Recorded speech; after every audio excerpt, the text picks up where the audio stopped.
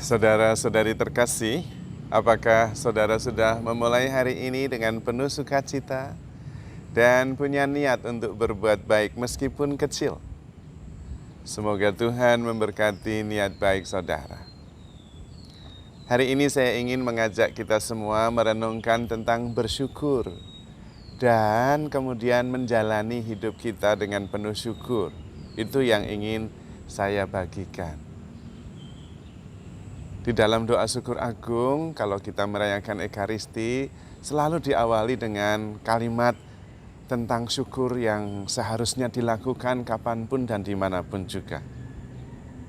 Sungguh layak dan benar, pantas dan menyelamatkan, bahwa kami selalu bersyukur kepadamu ya Tuhan, dimanapun dan kapanpun juga. Dan kalau hidup penuh syukur itu memang membahagiakan. Namun tentu banyak yang kemudian bertanya-tanya, bagaimana kita bisa bersyukur kalau hati kita tidak sedang penuh sukacita? Bagaimana kita bisa bersyukur kalau kita mengalami banyak penderitaan? Namun di situ justru yang perlu kita pahami. Kita bersyukur bukan karena kita bahagia, tetapi kita bersyukur dan karena itu kita bahagia. Jadi bersyukur itu bukan karena kita bahagia lalu bersyukur, tidak. Sebaliknya, karena kita bersyukur maka kita bahagia. Jadi pertama-tama bersyukur dulu kapanpun dan dimanapun, lalu kemudian kita menjadi bahagia. Tetapi di luar itu memang sebetulnya kita tidak mempunyai alasan untuk tidak bersyukur. Setiap orang yang hidup itu sudah beruntung. Bagaimana kita bisa rugi kalau kita tidak punya modal? Ketika kita lahir karena kasih orang tua. Tanpa modal pribadi kita nggak tahu apa-apa, tahu-tahu lahir. Karena itu tidak mungkin rugi, wong modal saja tidak. Bahwa lahir saja, hidup saja itu sudah penuh syukur. Karena itu kita bisa selalu bersyukur. Tapi Romo, kalau kita kemudian mengalami banyak tantangan, banyak penderitaan di dalam hidup ini, bagaimana bersyukurnya? Bersyukur. Bahkan ada firman yang mengatakan, bersyukurlah apabila kamu mengalami berbagai-bagai macam pencobaan. Karena dari situlah akan menumbuhkan ketekunan dan menghasilkan buah-buah kebaikan.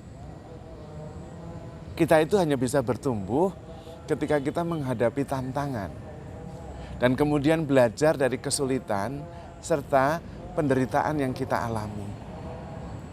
Kalau kita terus di dalam zona nyaman, kita tidak belajar apa-apa dan tidak bertumbuh. Karena itu firman Tuhan mengatakan bersyukurlah kalau kita mengalami berbagai macam pencobaan. Nah, kalau mengalami berbagai macam pencobaan saja bersyukur, karena kemudian buahnya adalah ketekunan dan juga resilience, ketangguhan, kebijaksanaan. Apalagi kalau kita mengalami banyak berkat. Wong menderita aja bersyukur. Apalagi kemudian tidak menderita dan penuh berkat. Karena itu tidak punya alasan sama sekali. Dari segi faktual maupun dari segi rahmat iman. Apalagi kalau kita sungguh-sungguh jujur, kita fokus pada apa yang ada pada kita, bukan apa yang kurang, maka kemudian kita akan bersyukur. Apa yang tidak diberikan oleh Tuhan kepada kita? Hidup diberikan tanpa modal. Begitu lahir dipelihara oleh orang tua dengan penuh kasih sayang. Kalau enggak, Anda enggak hidup sampai sekarang.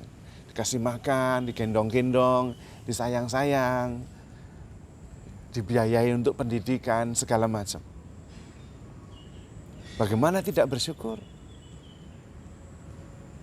Apa yang kurang? Makan ada, minum ada, rumah ada. Apa yang kurang? Dan Tuhan memberikan alam yang begitu indah dengan segala macam sumber dayanya yang tidak akan habis dimakan oleh kita dan anak cucu kita. Semuanya gratis.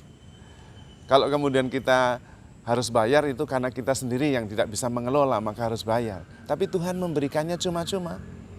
Bukan salah Tuhan dan semua sudah diberikan. Apalagi kemudian Tuhan memberikan anaknya yang tunggal karena kasih-Nya begitu besar. Yohanes bab 3 ayat 16. Begitu besar kasih Allah kepada dunia ini sehingga Dia mengaruniakan anaknya yang tunggal supaya kita semua tidak ada yang binasa, melainkan memperoleh hidup yang kekal. Bayangkan, Tuhan memberikan dirinya supaya kita hidup, supaya kita terlepas dari kematian. Dan kalau ada yang lebih berharga dari tubuh dan darahnya, pasti juga Tuhan akan berikan juga. Kurang apa? Bagaimana kita bisa tidak bersyukur? Kita justru diajak oleh Tuhan untuk menyadari bahwa di luar apa yang kita hadapi secara nyata dalam hidup sehari-hari yang rumit dan muyak, begitu banyak tantangan, sebetulnya ada perspektif lain, yaitu iman yang bisa mentransendensi semuanya itu. Bisa mengatasi seluruh persoalan yang kita hadapi setiap hari. Karena perspektif hidup kekal.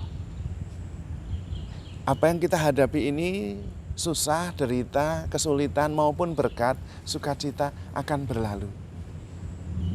Tetapi kasih Allah, hidup kita tidak berlalu. Karena Allah begitu mengasihi kita dan sudah mengalahkan maut dan mengaruniakan hidup kekal kepada kita.